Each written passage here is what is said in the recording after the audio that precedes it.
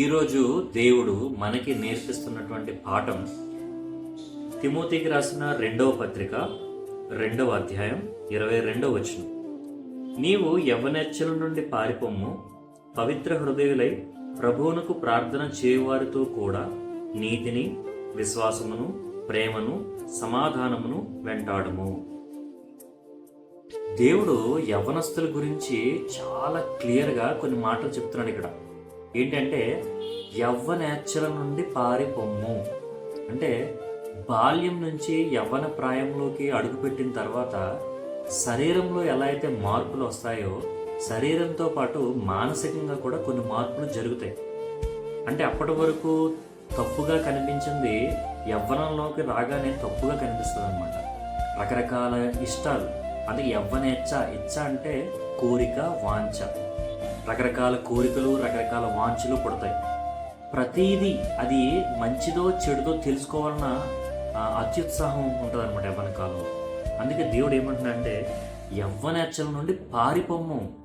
యవ్వన కాలంలో నీకు ఏ ఆలోచనలు అయితే వస్తున్నాయో, ఏ కోరికలు అయితే పుడుతున్నాయో వాటన్నిటి నుంచి పారిపోమ్ము అని దేవుని వాక్యం సెలవిస్తుంది. అంతేకాదు దేవుడు ఇంకేమంటున్నాడంటే పవిత్ర హృదయులై ప్రభువునకు ప్రార్థన చేయవారితో కూడా.